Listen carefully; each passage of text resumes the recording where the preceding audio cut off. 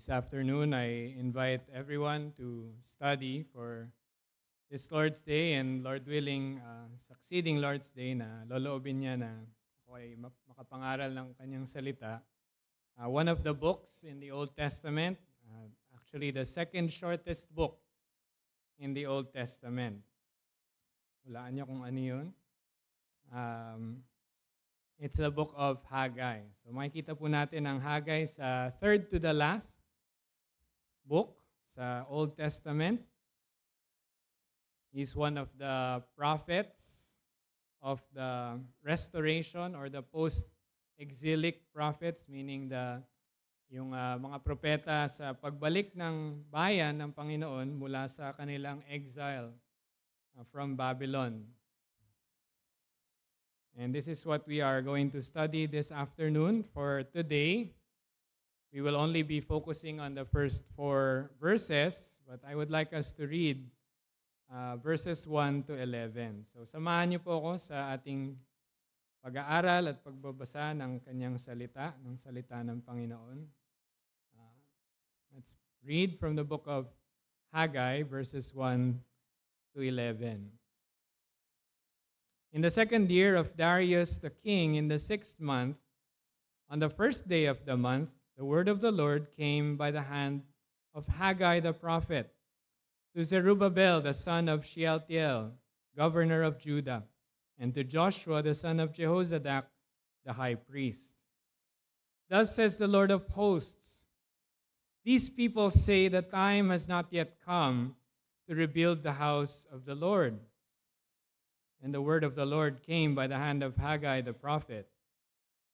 Is it a time for you yourselves to dwell in your paneled houses, while this house lies in ruins? Now therefore, thus says the Lord of hosts, consider your ways. You have sown much and harvested little. You eat, but you never have enough. You drink, but you never have your fill. You clothe yourselves, but no one is warm. And he who earns wages that does so to put them into a bag with holes. Thus says the Lord of hosts, consider your ways. Go up to the hills and bring wood and build a house, that I may take pleasure in it, and that I may be glorified, says the Lord. You looked for much, and behold, it came to little. And when you brought it home, I blew it away. Why? Declares the Lord of hosts, because of my house that lies in ruins, while each of you busies himself with his own house. Therefore the heavens above you have withheld the dew, and the earth has withheld its produce. In verse 11, I have called for a drought on the land and the hills, on the grain, the new wine, the oil, on what the ground brings forth, on man and beast, and on all their labors. Samahan niyo po ako sa panalangin.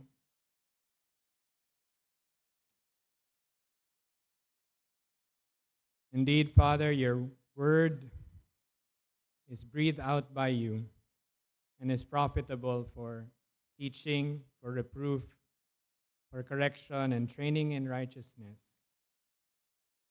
that every man of God may be equipped for every good work. We pray, Father, that this is what you would do in our midst this afternoon. As we have sung, Jesus, I am resting in the joy of what thou art. I am finding out the greatness of thy loving heart. We desire to see Christ, to know Christ more. And we thank you, Lord, that you are a God who reveals himself to little children.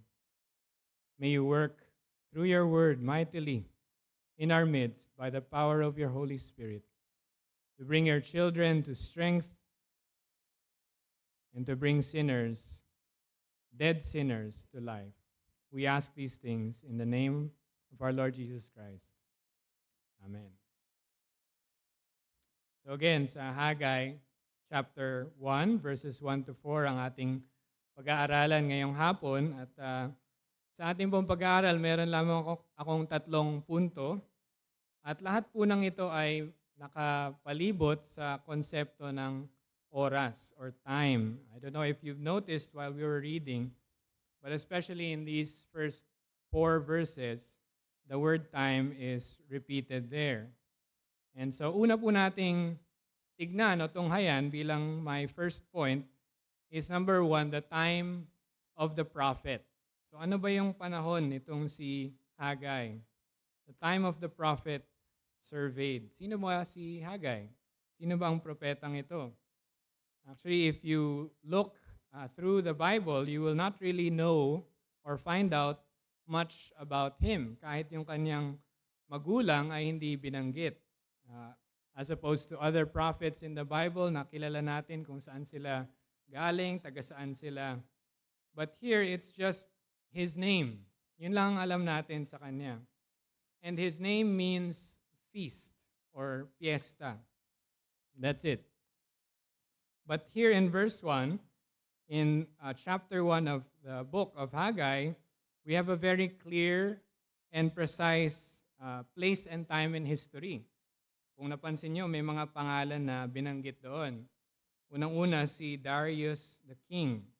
Sabi sa verse 1, in the 2nd year of Darius the king, in the 6th month, on the 1st day of the month. Yun ang oras o panahon ng propetang ito. And Darius the Great, you can Google him. He is a real person. Isa siyang hari mula sa Persian Empire.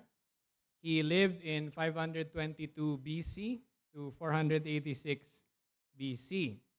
So malinaw po yung pwesto ng haring ito sa kasaysayan natin.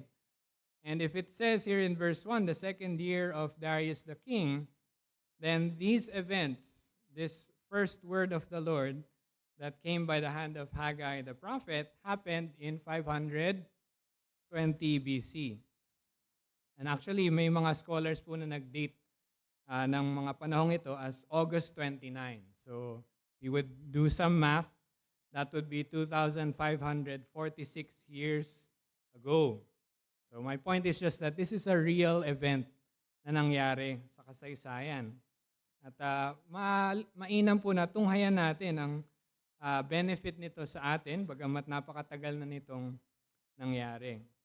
So Haggai is one of the first, if not the first prophets after Judah was exiled from Babylon.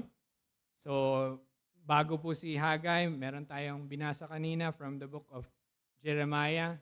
Yung mga panahon ng propeta ni Jeremiah, sila yung mga propeta during the exile. So that's with Ezekiel, Daniel, Habakkuk, and then si Obadiah.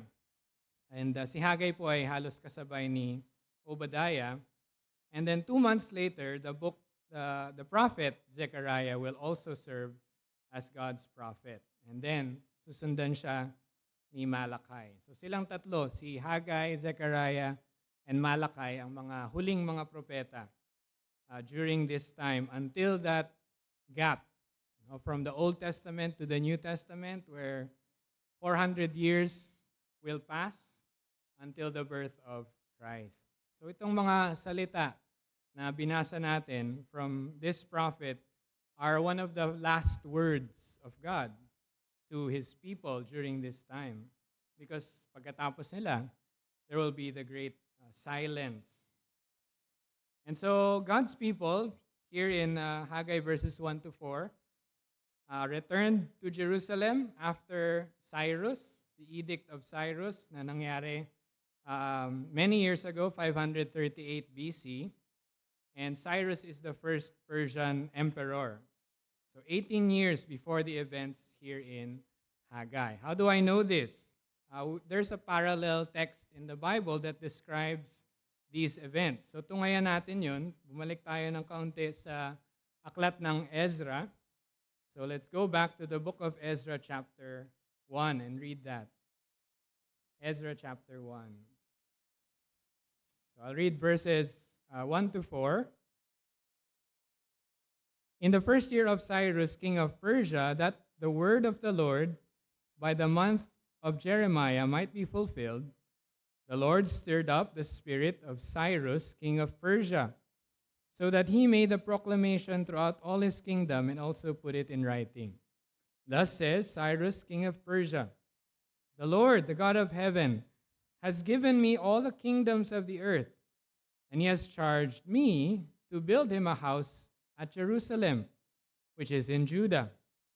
Whoever is among you of all his people, may his God be with him, and let him go up to Jerusalem, which is in Judah, and rebuild the house of the Lord, the God of Israel. He is the God who is in Jerusalem. And let each survivor in whatever place he sojourns be assisted by the men of his place with silver and gold, with goods and with beasts, beside freewill offerings for the house of God that is in Jerusalem. So what do we see here in this passage? We see the God of all nations, the sovereign God, preserving his people, fulfilling his covenant promises to them, stirring up the spirit of a Gentile king to bring God's people back to their promised land. So ito ang simula ng kanilang pagbabalik, balikbayan. And there is a clear purpose. There's a clear command given to God's people. Ano po yun? To build him a house. That's in verse 2. Rebuild the house of the Lord, the God of Israel.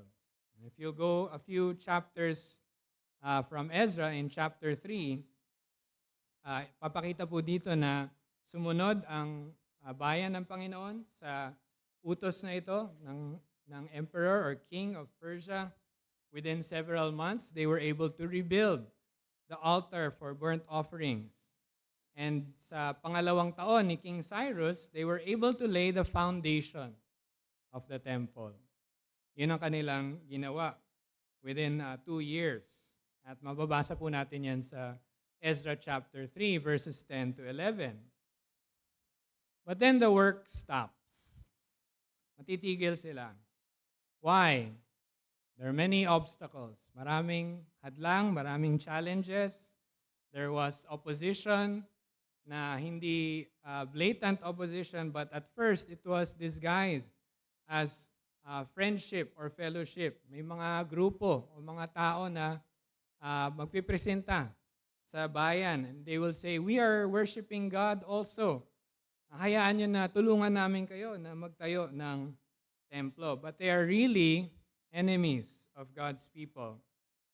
Hindi yun pinagpala, hindi yun nangyari. So, itong mga nakadisguise na kaaway ng bayan ay nag-iba ng strategy. So, ginawa nila ang intimidation, there was bribery, there was manipulation to discourage the people from continuing.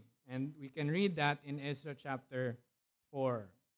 And from those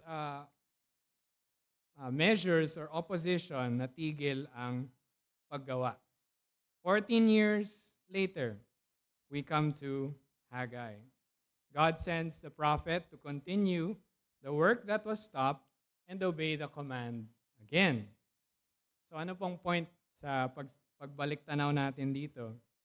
Gusto ko lang linawin that the time of Haggai was a time to rebuild the house of the Lord. Yun pa rin ang mission ng bayan ng Panginoon.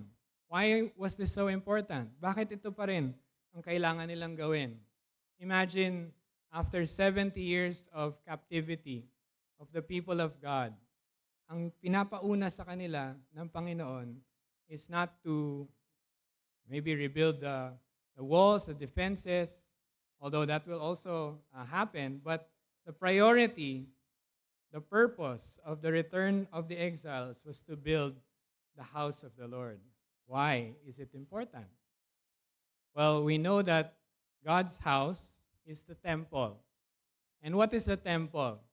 It is the sign, the visible sign of a God who is invisible and omnipresent. It is His covenant presence among His chosen people. It is a mark of what makes Judah, what makes them the nation chosen by God.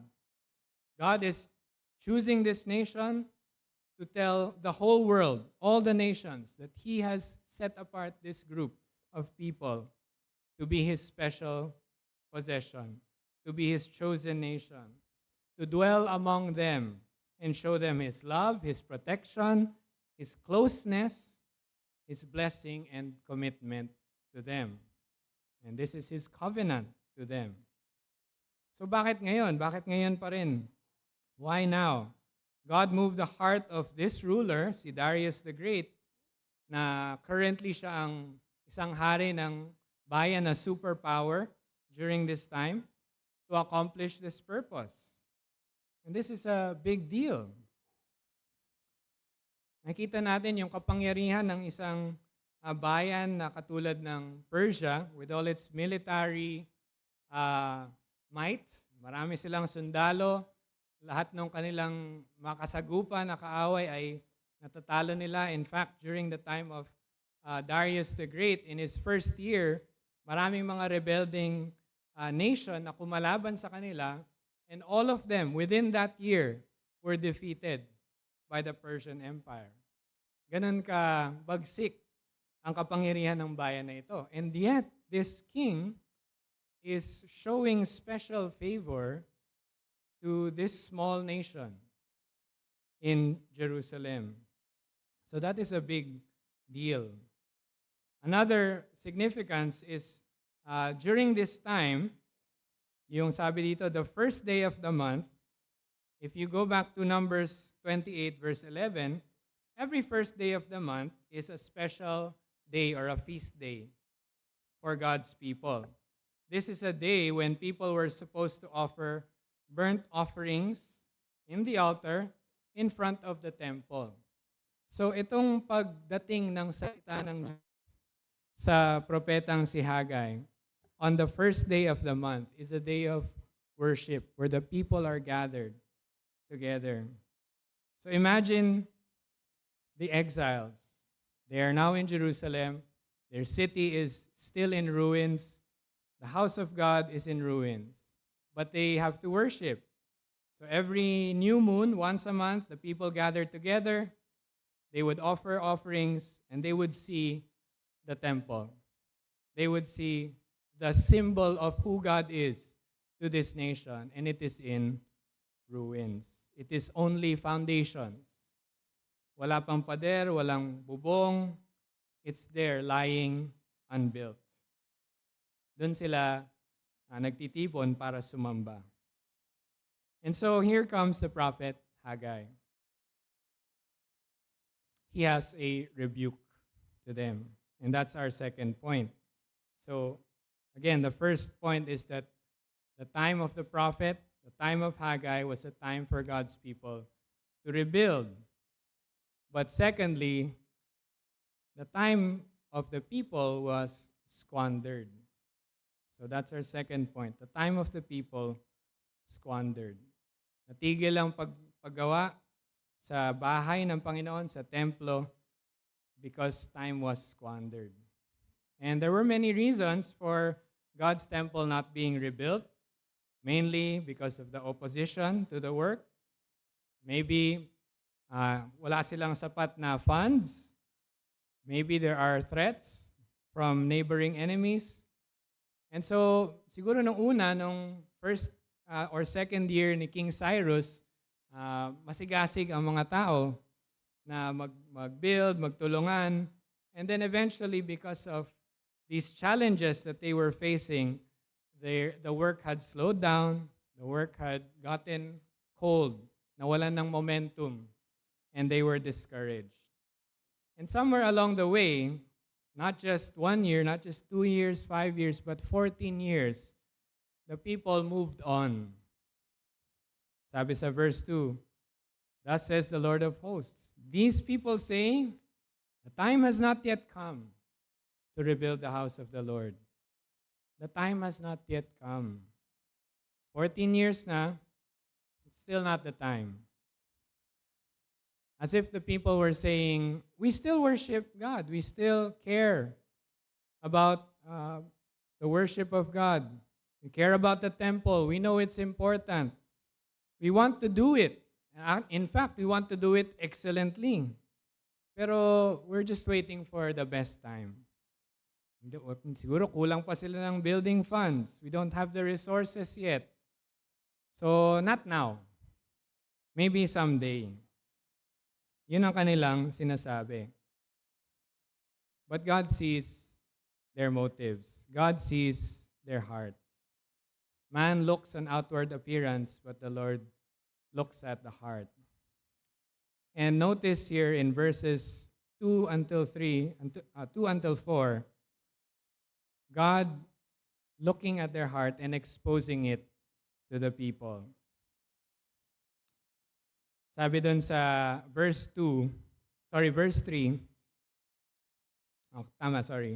2. Thus says the Lord of hosts, these people. And I would like you to keep this in your mind. Yung paggamit ng salitang these people is very deliberate. It's not very obvious dito sa ating English translation. But in the Hebrew, it is conveying a note of contempt.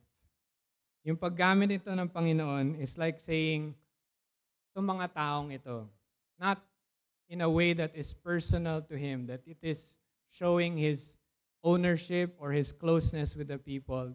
He could have said, my people. But He said, these people. They were still the people with this heritage, the sons of Abraham. They were sons of Isaac and Jacob, the sons of Judah and David. But they were living in complete apathy to who they were as God's special people. They were procrastinating from obeying God's command. And they were hiding behind an excuse. Itong sinabi sa verse 2 is an excuse. Not only did God's people take for granted their identity as God's chosen nation, they also set aside God's agenda. Remember, why were they sent back to Jerusalem? To build the house of the Lord. Yun ang kanilang purpose. But they have forgotten that. They have set that aside for their own agenda. And then there's verse 4. The word of the Lord came by the hand of Haggai the prophet. In verse 3 and verse 4 it says, is it a time for you yourselves to dwell in your paneled houses while this house lies in ruins? And there are two phrases here in verse 4 that I would like to emphasize. And the first is the use of you yourselves. Again, that's a Hebrew emphasis. It's saying that a people like you, a people such as who you are, a people who are supposed to be God's distinct nation, God's people, but you are not living like that. So another phrase here is paneled houses. At very deliberate din yung paggamit ng phrase na ito. If you would look back in the Old Testament in 1 Kings chapter 6 and 7 or Jeremiah 22, they use this phrase to refer to being covered by cedar wood. So alam natin yung cedar wood na isa itong high quality na kahoy na ginagamit. And in 1 Kings, ginagamit itong cedar wood na ito, these panels of wood, as coverings for the temple. That's the kind of quality that this has. And in Jeremiah, itong panels of cedar wood is used to describe the house of a king. So yun ang dekorasyon sa bahay ng isang hari or sa palasyo ng isang hari. So either the house of a king, the palace of a king, or a temple of a deity. And yet look at how God uses this phrase. Is it a time for you yourselves to dwell in your paneled houses while this house lays in ruins? So this is an excuse. Yung sinabi nila, the time has not yet come to rebuild the house of the Lord. God knows what was really going on. The delay in rebuilding was not really about the threats, the opposition, it's not the lack of funds, but it's a coldness in the heart. Sabi ng isang commentator about this passage, it's as if God is asking His people, if it is not the time for God's work to be done, is it the time for yours? If you are so poor as to be unable to build His house, are you not too poor to build your own? Does not your lavish expenditure on your own dwellings brand this pretext with hypocrisy and falsehood? What's the point here? God's people squandered the time God gave them and prioritized their own comfort, their own concerns, their own agenda over God's command, all the while pretending to glorify God. Gusto pa rin namin sumunod. Gusto namin mag-worship. We keep the weekly or monthly worship. Nag-gather nga kami ngayon. But rebuilding the house of God, not right now. No, that was an excuse. The people of God squandered the time that was given to them. And so I would like us, thirdly, to look at some applications from this passage. So the third is, the time for obedience starts now. So anong significance nitong passage na ito sa buhay natin bilang iglesia? We are not commanded today to rebuild the temple. Although meron tayong pinagpe-pray na building. We want a permanent worship place. So ang application ba nito is bigyan niyo yung pera niyo sa building project, sa building fund? No, that's not our application. But how can we still benefit from this passage in Scripture? Well, firstly, in Christ, we have something greater than the temple. So, tandaan natin ito. In Christ, we already have the more glorious substance of what the temple stood for. Remember, it's God's presence among His people. That's Jesus. Jesus is Emmanuel, God with us. If the temple was the visible sign before of the eternal, invisible God dwelling among His people in the Old Covenant, Jesus is the eternal and divine Word who became flesh and dwelt among us. Jesus Himself is the greater temple. And not only that, Jesus succeeded where God's people failed. God's people were complacent and cold and apathetic in their worship, but Christ was consumed with zeal for His Father's house. John 2, verse 17. His disciples remembered that it was written, "Zeal for your house will consume me." Jesus restores the dwelling of God among men through His incarnation, His obedience, His death, and His resurrection. So Christ is the fulfillment of what the temple stood for and the fulfillment of the obedience that God demanded in His covenant. Christ fulfills both sides of the covenant as the divine God-man. So that is what we are to look at as a church. We have a greater covenant. So anong building project natin? Well, recall in your minds Matthew 16, verse 18. Christ has a building project. What is that? I will build my church.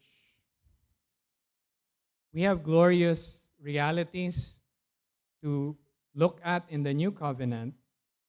And we as citizens of the heavenly kingdom, as God's covenant community, are partakers of God's glorious grace in Christ. We're part of this building project.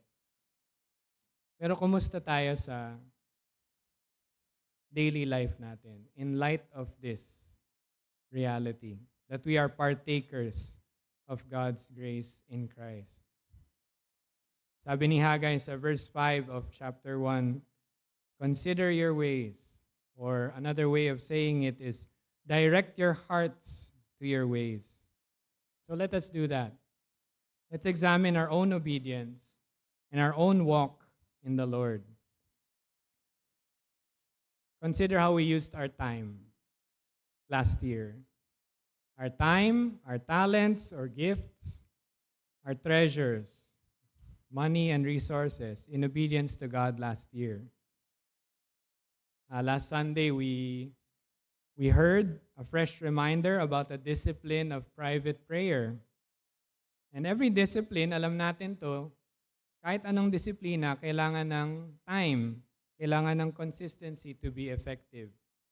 Kumusta tayo dito? Where did most of our time go? Did it go to prayer? Did it go to the study of God's Word, to communion with God?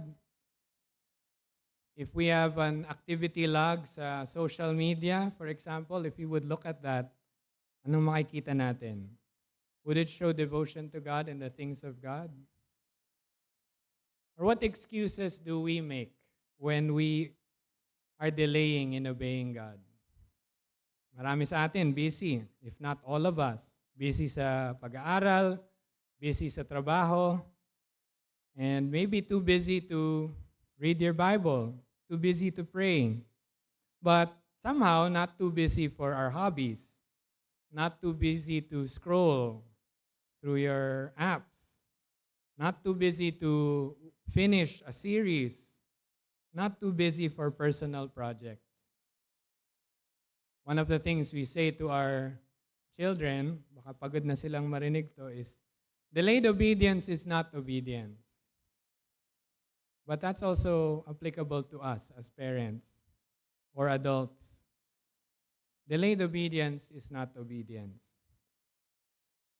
Sa previous Sunday school natin, a few Sundays ago, our series was about Matthew 6, verse 21. For where your treasure is, there your heart will be also. So aside from time, where were our treasures spent last year? Kung kayo ay gumagawa ng accounting every year, every month, saan napunta yung pera natin? Saan napunta yung material resources natin? And it's not limited to that. Our time, our energy, our attention, our planning, our talents, and our gifts, where were they spent last year? Now, I understand many of us went through difficult situations last year, and the exiles, the people of Judah also experienced that. But God exposed their neglect of God's house to be a heart issue. The problem wasn't the lack of time or the lack of resources. The problem wasn't God's difficult providences.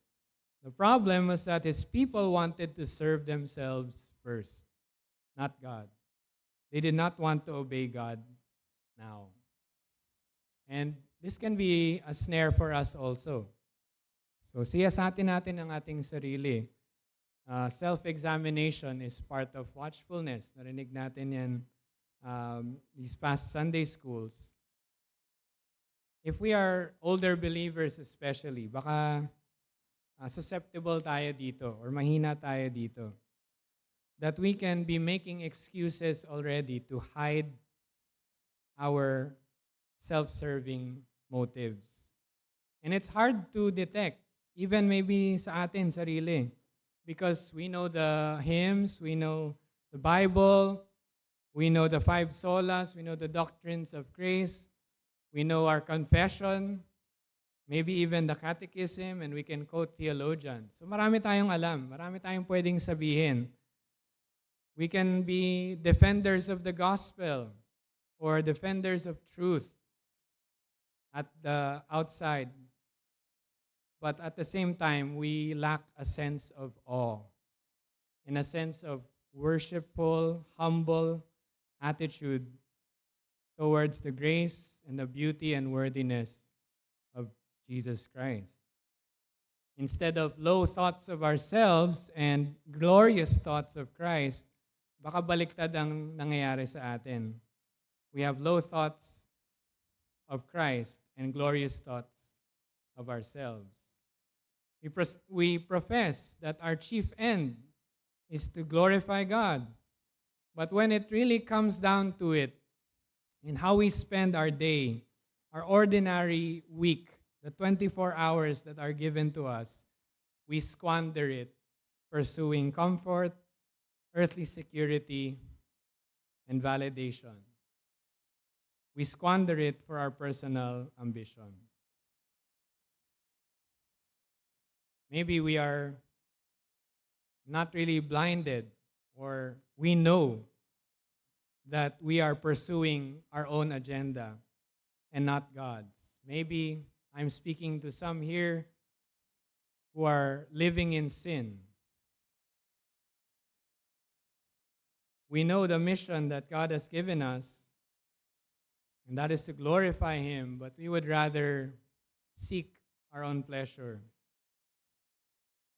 We would rather get benefits from things that God has forbidden us to pursue because that's what we want. But brother and sister, if that is you, I hope you know that you will not find satisfaction there. Whatever it is that you are pursuing, if it is sin, it will not get you the joy, the pleasure, the meaning that you are looking for. Because you know, you have tasted and seen that God is good. You have experienced Christ. You have just set Him aside. And you know that sin will always overpromise and underdeliver. Wala kang mapapala sa kasalanan mo. Brethren, if you are truly in Christ, if through the Lord Jesus you have been grafted in as part of the covenant community of God, if Christ died for you and redeemed you from the penalty and the slavery of sin, you can say with Paul in Galatians 2 verse 20, I have been crucified with Christ. It is no longer I who live, but Christ who lives in me. And the life I now live in the flesh, I live by faith in the Son of God, who loved me and gave Himself for me. The time for obedience starts now. If you have been touched by God's word this afternoon, stop making excuses. Stop blaming God's providence for disobeying His commands or delaying in obedience. The problem is not what is happening to us.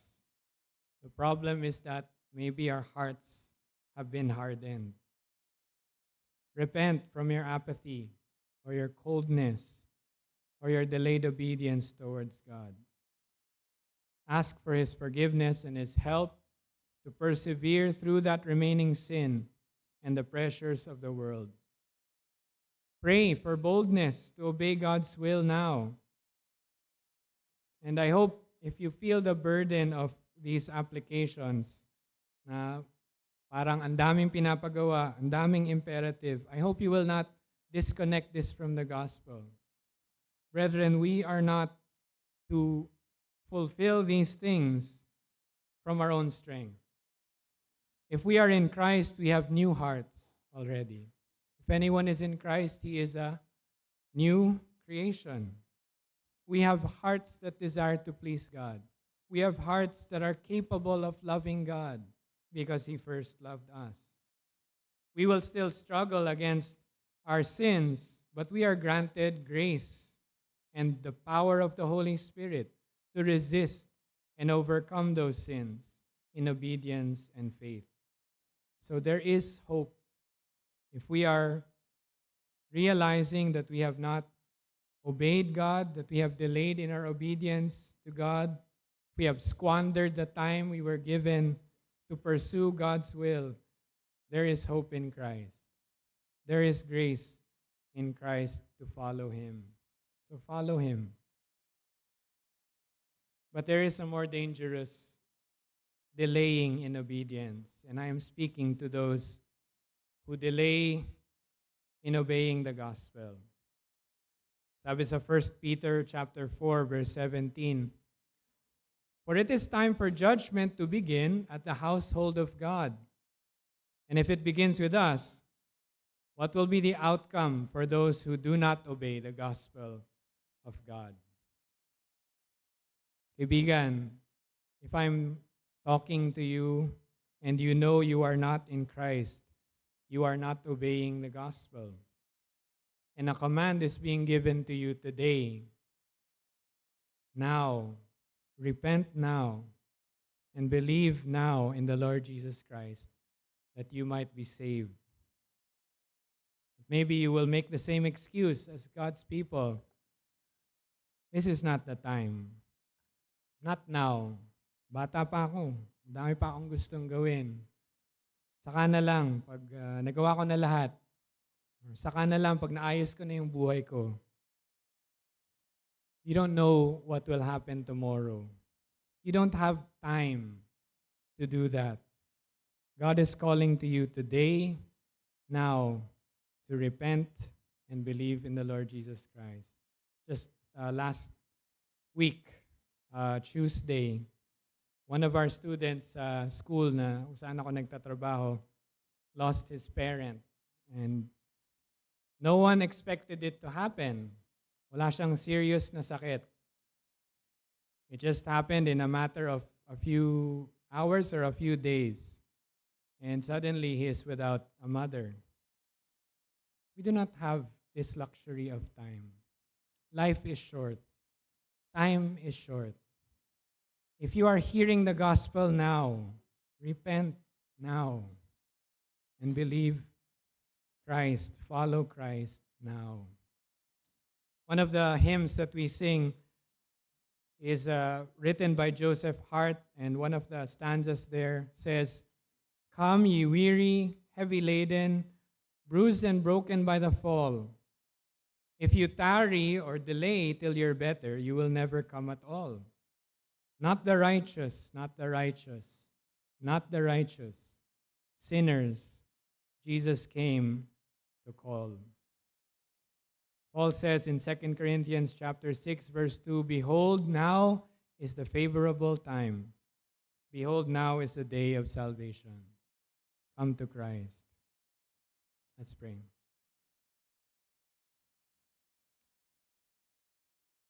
Father, we confess to you that we are no better than the people of Judah during the time of Haggai. We might have blessings and gifts from you that we think we have offered in your service, but if you would really open our eyes to see how we have been using them, we will find that we have been serving ourselves. Lord, may it not be so in us. If there are brethren, if there are people here in this congregation who have neglected you, who have taken their eyes off of you to serve their own agenda, to serve their own ambitions instead of Christ's, Lord, bring us to repentance. Bring us to a real look at ourselves and see how far we are from Christ, truly. Huwag niyo po kaming hayaan na mabulag ng sarili naming kaalaman, sarili naming length of time being identified as your children if we are really not walking in the Spirit, if we are walking according to the flesh. Lord, if there are those among us who are living in sin, where sin is reigning in our lives, when we are not struggling anymore against our own flesh, against our own lusts, Lord, bring us also to a real understanding of the ugliness and the emptiness that we are pursuing. We have forgotten Christ. We have not been living in the reality that we are partakers of a glorious covenant where Christ is not only our example, but our Redeemer, our Savior, the Good Shepherd who laid down his life for his sheep. Lord, bring these brothers and sisters to repentance. Huwag niyo silang hayaan na magpatuloy sa kasalanan. Huwag niyo kaming hayaan na magpatuloy sa hypocrisy. We are living in a way that seems holy and decent in the eyes even of the church, but in reality, we have forgotten you. Expose us that we might repent. We ask for revival to happen in the church. And that can only happen if the word would pierce us and we would be led in repentance and faith in Christ. And Lord, we ask for those who are blinded by sin, who do not have eyes to see, who are dead in their hearts, revive them. Reveal yourself to them. You are the God who is capable of raising the dead to life, a God who sent his Son to open the eyes of the blind. Open their eyes. Bring them to Christ. We ask in his name. Amen.